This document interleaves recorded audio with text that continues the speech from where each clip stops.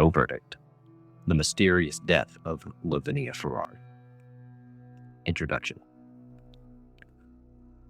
The annals of unexplained phenomena contain numerous obscure accounts, often relegated to footnotes or brief mentions in compendiums of the strange.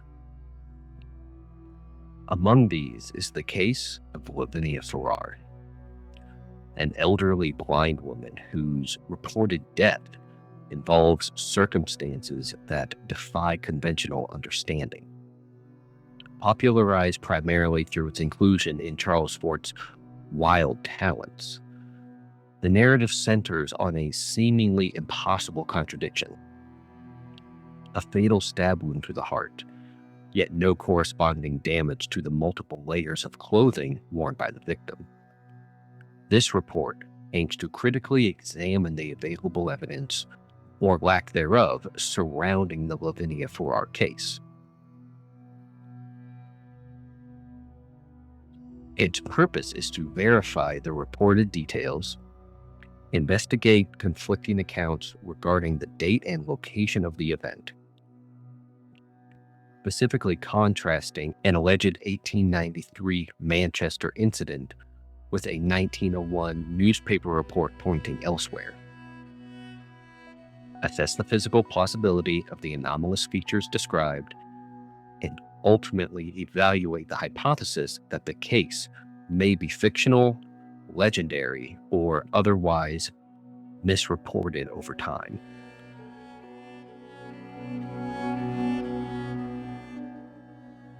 The core mystery lies in the high strangeness of the reported death. An elderly, blind woman, Lavinia Farrar, is found deceased on her kitchen floor. Initial examination reveals facial injuries, but the cause of death is only determined post-mortem: a stab wound to the heart. Extraordinarily, the report claims this fatal wound left her 4 layers of clothing completely intact. Compounding the mystery are discrepancies in the supposed provenance of the story.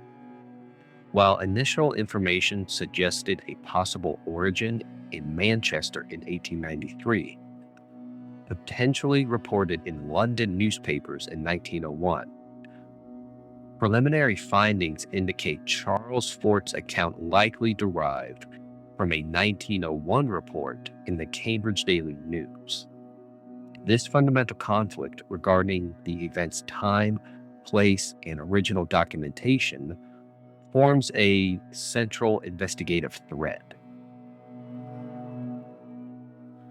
The methodology employed follows a structured approach, analyzing Charles Fort's textual presentation of the case, verifying cited newspaper reports, or attempting to, searching for primary official records, such as coroner's reports and police records, and contemporary newspaper accounts specifically related to the alleged 1893 Manchester setting, conducting genealogical and census checks to corroborate the existence of the individual in question, and assessing the plausibility of the crime's unique details against historical context, forensic understanding, and potential folkloric parallels.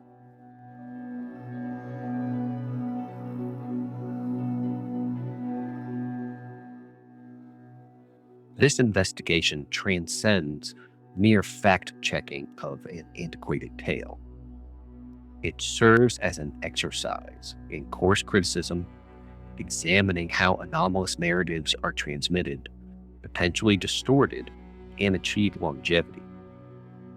It explores the often blurred boundary between documented historical events and the evolution of folklore, particularly within the sphere of Fortean studies, where data challenging orthodox explanations are often collected and debated.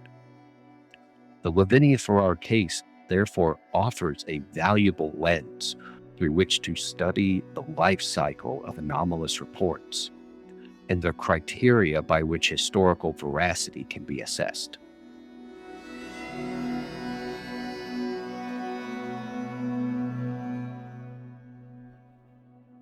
Lavinia Farrar case in Charles Fort's Wild Talent.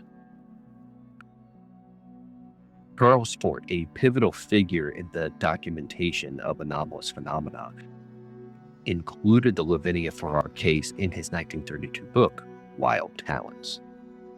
His account provides the basis for much of the story's subsequent recognition. Fort's presentation. Fort relates the case based on information he sourced from a newspaper report.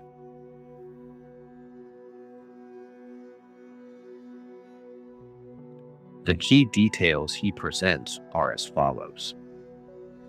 The victim was Lavinia Farrar, age 72, and blind. She was discovered deceased on her kitchen floor, exhibiting a bruised face and a broken nose. A blood-stained knife lay near her body, and drops of blood were noted on the floor. She was found fully dressed, and initially no wound sufficient to cause death was apparent. However, a post-mortem examination revealed she had been stabbed in the heart. The central anomaly emphasized by Fort was that despite this fatal penetration, her four garments showed no corresponding puncture. Fort also notes that the wound itself was almost bloodless, with only the innermost garment being slightly bloodstained. Notably absent from Fort's description are specific details, such as the event occurring in Manchester, the year being 1893, and the weapon being a corn knife. Fort's likely source. The details in Fort's account align closely with a report identified as appearing in the Cambridge Daily News in England on March 16, 1901. This identification is crucial, as it contradicts the notion that the primary sources were London-based newspapers like the Weekly Dispatch or the Evening Telegraph. The pinpointing of the Cambridge Daily News shifts the likely geographical focus of the original report and potentially the event itself away from Manchester or London. Fort's framing and context. Fort did not present the Lavinia Farrar case in isolation. He integrated it into the thematic structure of Wild Talents. Using it as an example of phenomena that resist conventional scientific explanation, he specifically juxtaposed it with other accounts sharing a similar theme of penetration without apparent entry points. These include stories of individuals found shot dead with undamaged clothing, and reports of poltergeist-like showers of stones entering closed rooms without leaving holes in walls or ceilings. Report. Such events hinted at the operation of an unknown force or latent human abilities. His titular, Wild Talents, capable of bypassing ordinary physical laws.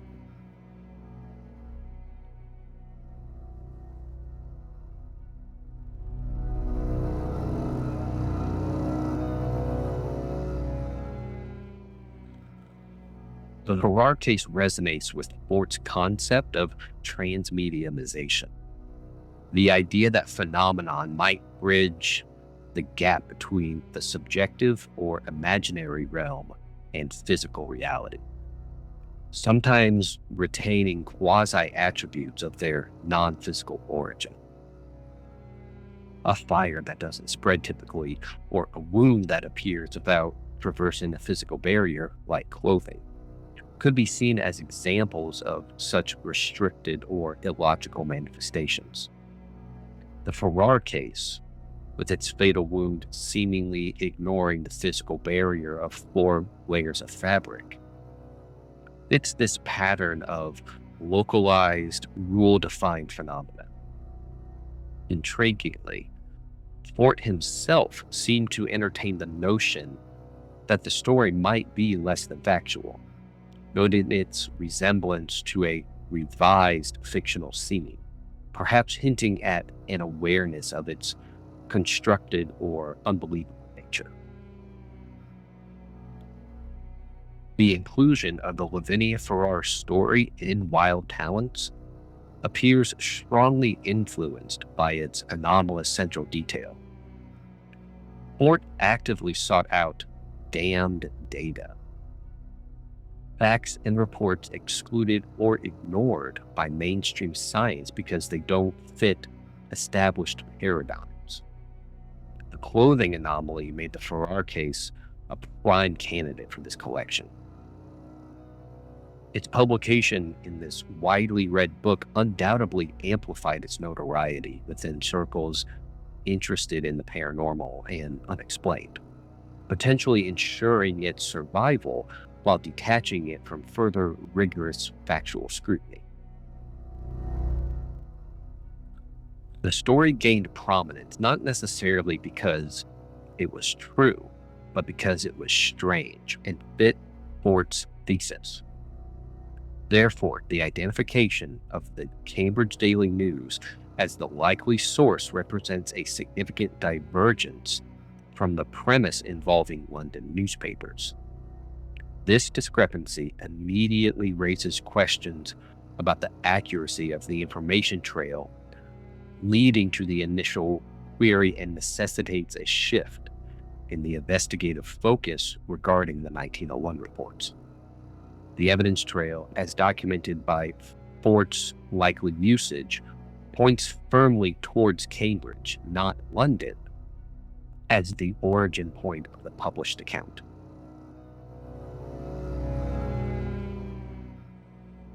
Investigation of the 1901 newspaper reports.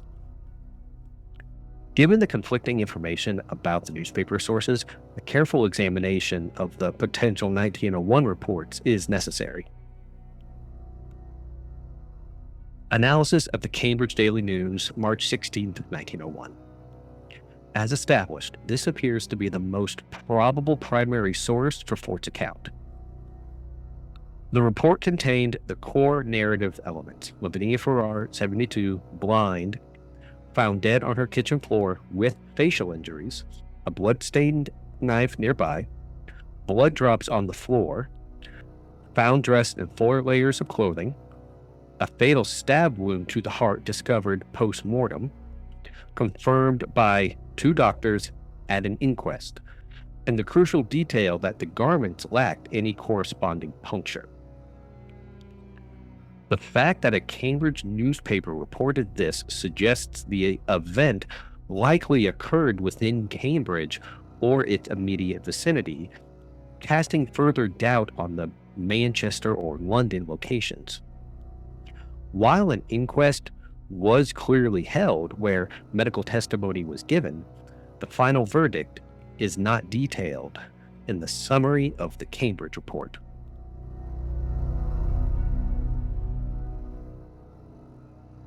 Search for the Weekly Dispatch, London, March 17, 1901. A search through the provided materials reveals numerous mentions of the Weekly Dispatch in various historical contexts, such as publishing poetry. Its role in newspaper history, reporting on political proposals, or being referenced by authors. However, no evidence was found within these materials to confirm the publication of an article concerning Lavinia Farrar on or around March 17, 1901. Fort himself cited the Weekly Dispatch for a different case in 1907. While this absence of confirmation does not definitively prove the article never existed, it means there is currently no support for its inclusion in the narrative's provenance based on the available data. Search for the Evening Telegraph, London or other areas, March to April 1901. Similarly, searches for relevant content in an Evening Telegraph yielded no confirmation. Various newspapers with this title exist, but are often linked to different locations, such as Dundee, Sheffield, Alton, and even Philadelphia, or discussed in unrelated contexts like police communications. No provided material substantiates the claim that an Evening Telegraph published an account of Lavinia Farrar's death in March or April 1901.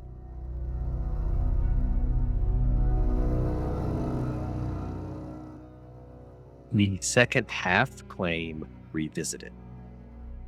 The assertion that the 1901 articles omitted the cause of death or the strange details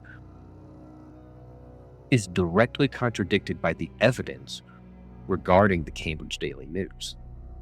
This report explicitly included the post-mortem finding of a stab wound to the heart and the testimony concerning the undamaged clothing.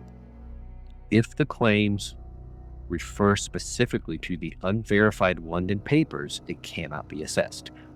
However, the confirmed source did contain these crucial elements.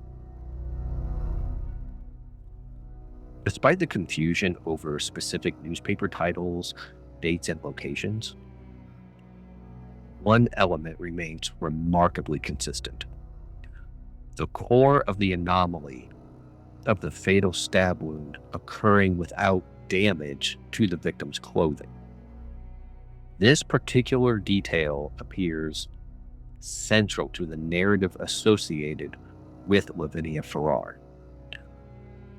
age around 72, whose death was reported in 1901.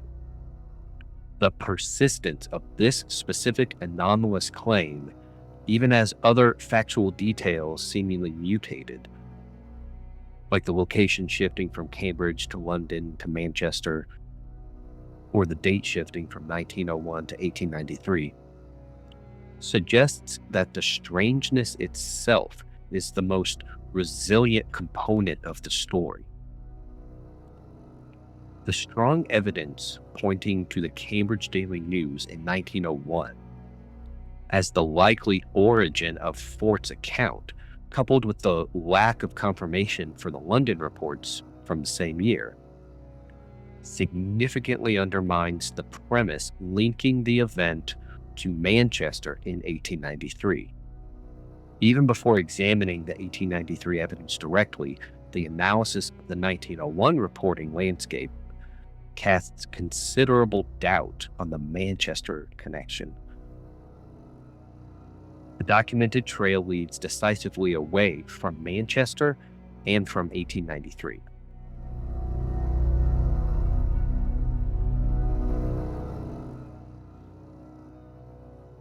The search for primary evidence in Manchester, 1893. To rigorously test the hypothesis that the Lavinia Farrar case originated in Manchester in 1893, searches for primary documentary evidence from that specific time and place are essential. The presence of corroborating records, coroner's reports, police files, contemporary newspaper articles, would lend credence to this version of events. Their absence would strongly refute it. Manchester's coroner's records, 1893. Inquests are typically held for deaths that are sudden, suspicious, unnatural, or of unknown cause. The death described for Lavinia Farrar would almost certainly warrant a coroner's investigation. Manchester Archives Central Library holds coroner's records, but the 19th century collection is known to be incomplete. Critically, the archive description explicitly states that for Manchester, the only 19th century coroner's records known to survive are witness depositions from 1851 to 1852. While records from 1893 would theoretically be open for public access, being well over the 75-year closure period, the available information strongly indicates that no coroner's inquest files for Manchester from 1893 exist within the primary local archive. In the absence of official inquest records, local newspapers are often the best alternative source for reports of inquest proceedings. Manchester Police and Crime Records, 1893. A suspicious death involving violence, as suggested by the stab wound, would invariably generate police records, including investigation reports. No information confirming the existence or successful search of relevant police archives for 1893 was available in the research materials.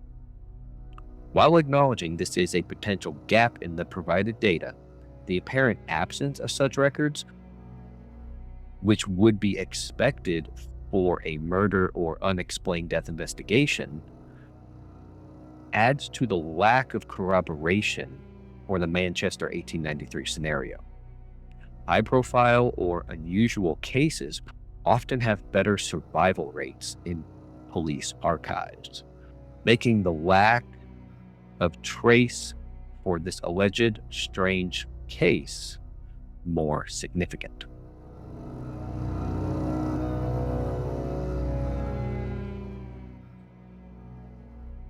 Manchester Newspaper Archives, 1893. Contemporary newspapers are a vital source for local events. Searches were directed towards prominent Manchester papers like the Manchester Guardian and Manchester Evening News for the year 1893.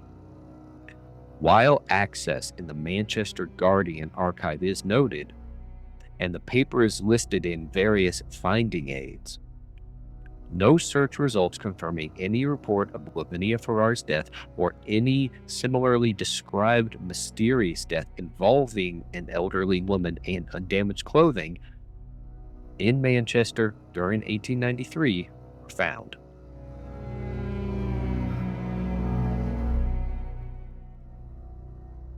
Discussion of negative findings. The consistent failure to locate any corroborating evidence from Manchester in 1893 across multiple potential record types, coroner, police, press, is highly significant. A case involving a potential murder and inquest in such bizarre circumstances would likely have left a trace in at least one of these sources had it occurred as described. The complete absence of such evidence strongly suggests that the event attributed to Lavinia Farrar, age 72, dying mysteriously, did not take place in Manchester in 1893. The comprehensive lack of primary documentation effectively dismantles the hypothesis that the Lavinia Farrar story, as presented with the 1893 Manchester details, is historically factual. The foundation for this specific version of the narrative appears non-existent in the relevant local records. It is conceivable that the user's source conflated details from disparate events. This research materials mention numerous other contemporary crimes, including murders and young deaths, particularly in Yorkshire, Halifax, as well as individual named Farrar in those areas. Over time, especially in secondary or tertiary retellings, elements like the name Farrar, a location such as Manchester, Halifax, or elsewhere, a date, 1893 or 1901, and the core anomaly could have become erroneously combined. Genealogical and census verification, Manchester focus. Independent verification of the existence of a Lavinia Farrar matching the description in Manchester and around the alleged time frame provides another crucial test of the 1893 hypothesis. Objective. The goal was to locate official records confirming the presence and/or death of a Lavinia Farrar, aged approximately 72 in 1893, implying birth around 1821 within the Manchester registration districts during that relevant period. General Register Office, GRO, Death Index Search, 1893, Manchester. The GRO holds national records for deaths registered in England and Wales from July 1st, 1837. The index is organized quarterly, lists the deceased's name, age at death from 1866, the registration district where the death was recorded, and volume page references for ordering the certificate. A search was specified for Lavinia Farrar and plausible variants. Death registered in any quarter of 1893, age approximately 70 to 74, within registration districts covering Manchester, i.e. Manchester, Chorlton. Despite access to GRO indexes being available through various means, no provided information confirms a successful match for a Lavinia Farrar fitting this profile in the Manchester districts for 1893. Existing references to Farrars are geographically or temporally mismatched, or lack the specific combination of name, age, date, and location.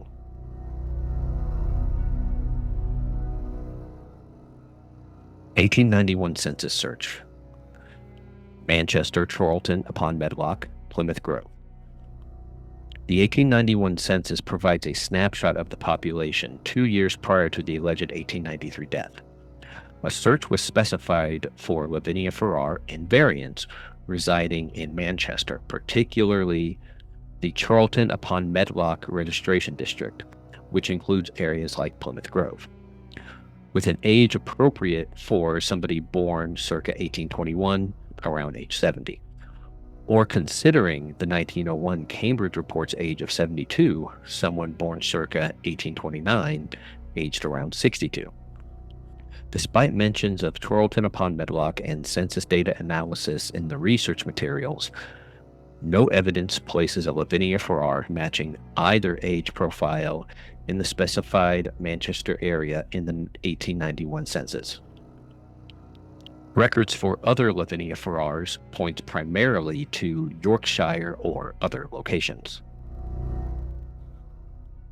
Analysis of findings.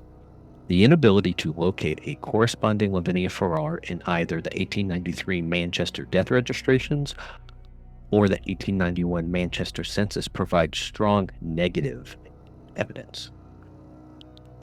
It significantly diminishes the likelihood that a woman meeting the description, age, name, lived and died in Manchester under the circumstances alleged for 1893. These genealogical census findings further reinforce the conclusions drawn from the lack of primary records in Manchester. The accumulated evidence consistently points away from the 1893 Manchester scenario. Consequently, the likelihood increases that the event described in the Cambridge Daily News of 1901, if based on a real person, pertains to an individual who died in or near Cambridge in 1901.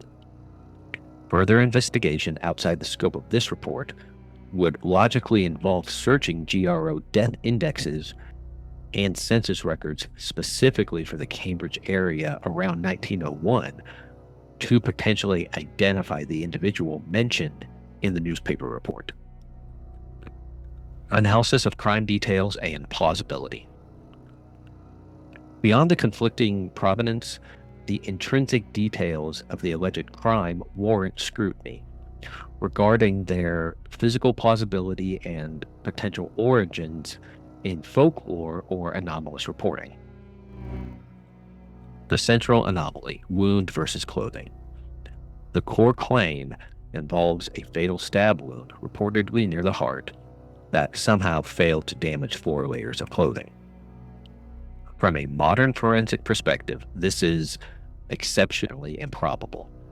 A blade penetrating deeply enough to reach the heart would necessarily cut, tear, or puncture the fabric layers it encountered. While fabric might bunch or be pushed inward towards the wound, a clean passage leaving multiple layers intact defies basic physics and material science. Forensic textile analysis expects to find severance damage corresponding to sharp force trauma.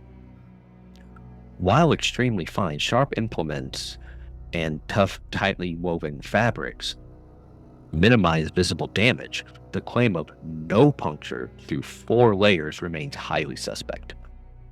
It is significant, however, that Fort collected other contemporary accounts alleging similar phenomena, such as bullet holes appearing without corresponding holes in clothing, indicating that such seemingly impossible events were part of the discourse on anomalies during that period, regardless of their objective reality. Minimal blood evidence. The description of an almost bloodless wound, with only the innermost garment slightly bloodstained and some drops on the floor, also raises questions. A stab wound penetrating the heart typically causes substantial internal bleeding and often significant external blood loss, although the latter can be influenced by clothing absorption or wound characteristics. The term almost bloodless seems inconsistent with such a severe and fatal injury. The corn knife. The detail of a corn knife mentioned in the initial query but absent from Fort's account adds another layer of implausibility. Corn knives generally feature curved, sickle-like blades designed for cutting corn stalks, making them poorly suited for the deep, direct stab wound described. This specific detail likely represents a later embellishment or distortion in the story's transmission, further distancing it from a verifiable factual basis. Folklore and legendary motifs. The highly unusual and physically improbable nature of the reported events invites comparison with motifs and found in folklore and mythology. Mysterious wounds. The unexplained nature of the wound, appearing despite the barrier of clothing, echoes themes of supernatural or inexplicable injuries found in various traditions.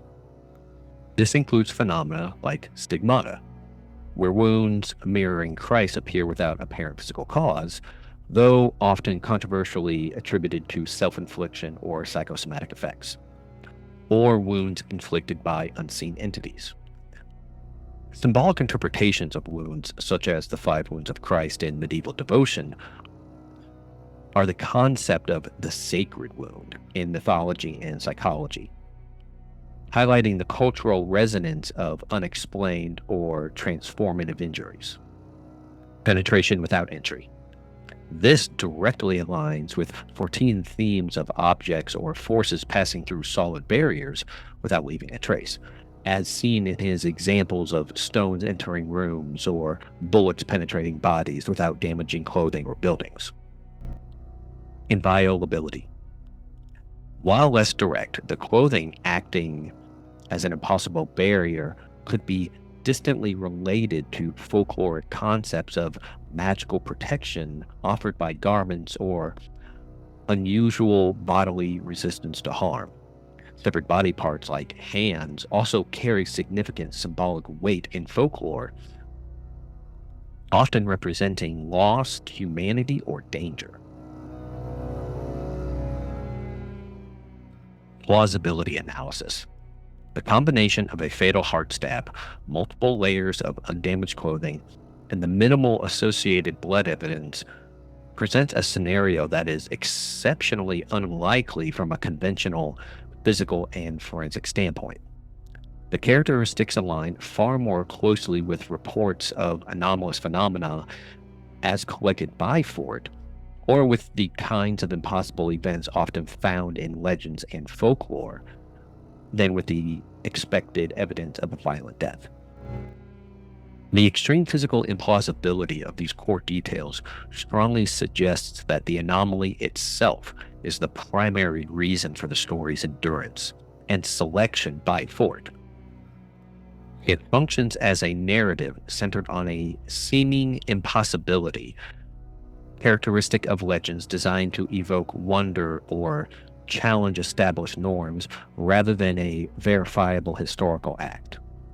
While misinterpretation of the evidence at the time cannot be entirely ruled out, overlooking a small existing tear, the body being redressed post-mortem, a possibility Fort noted in other contexts, the specific details reported in the Cambridge Daily News, 4 layers of clothing examined post-mortem with 2 doctors testifying to the lack of puncture, makes simple error less probable than an extraordinary and otherwise undocumented event, or more likely, a degree of fabrication or sensationalism in the reporting or transmission of the tale. Synthesis and evaluation.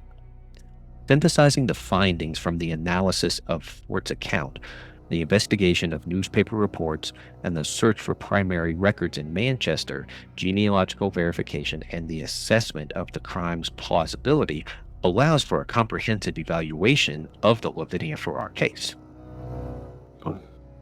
Summary of findings.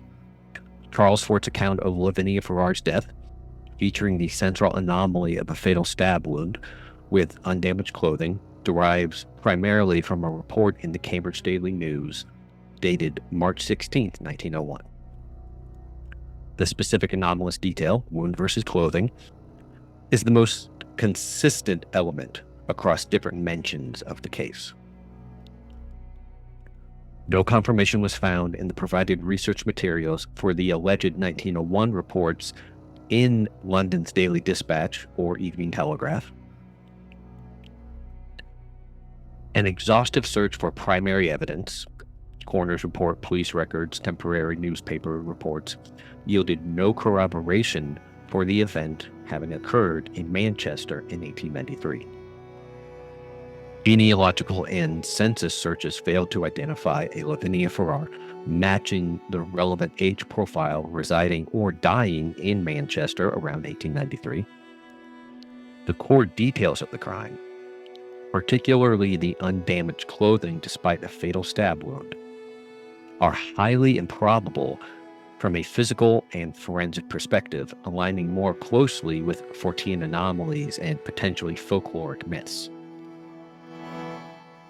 Evaluation of hypotheses. Factual event, Manchester, 1893. This hypothesis is strongly refuted by the complete lack of supporting primary evidence from the specified time and place. Factual event, Cambridge, 1901. This remains a possibility, contingent on the existence of a real Lavinia Farrar who died in or near Cambridge around March 1901. However, even if based on a real death, highly anomalous details reported in the Cambridge Daily News remain deeply suspect and lack independent verification. Significantly misreported. This is highly probable.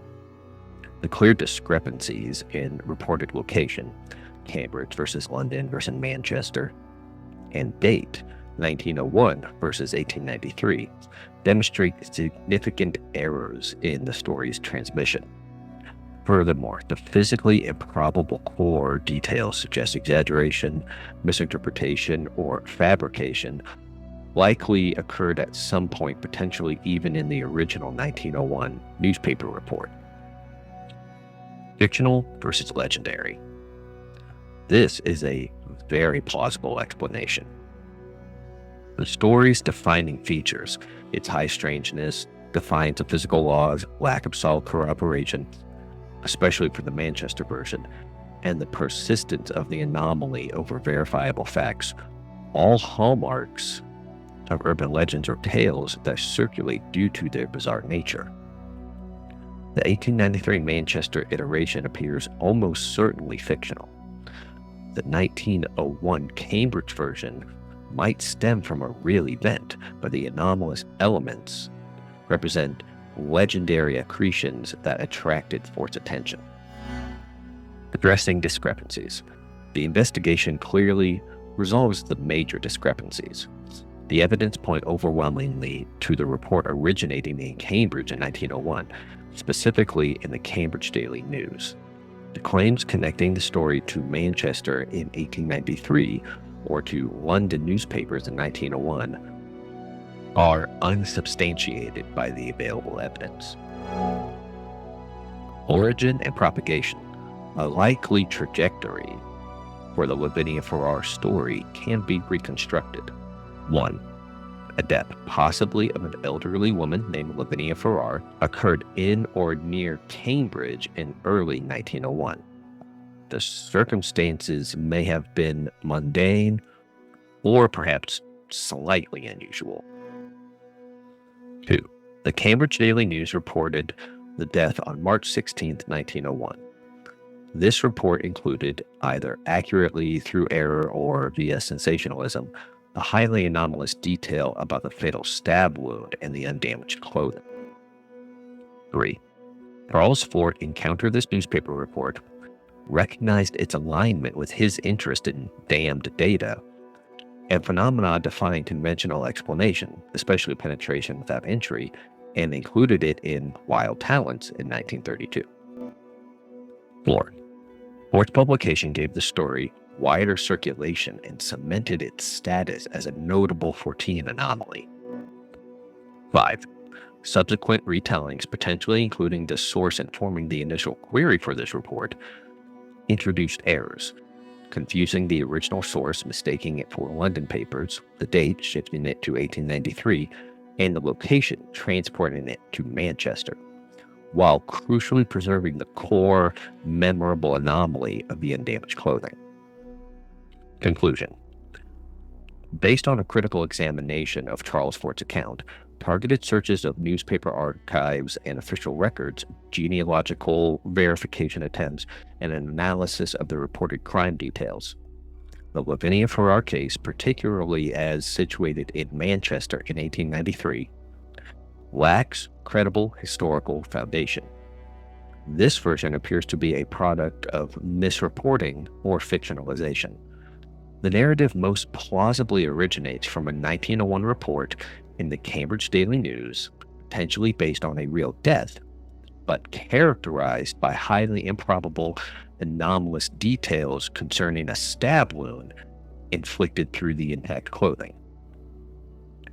It was likely the sheer strangeness of this reported detail that ensured the story's survival and propagation, most significantly through its inclusion in Charles Fort's Wild Talent, solidifying its place in the lore of the unexplained while obscuring its tenuous connection to verifiable fact. The specific claims regarding an 1893 Manchester origin and 1901 London newspaper reports are not supported by this investigation.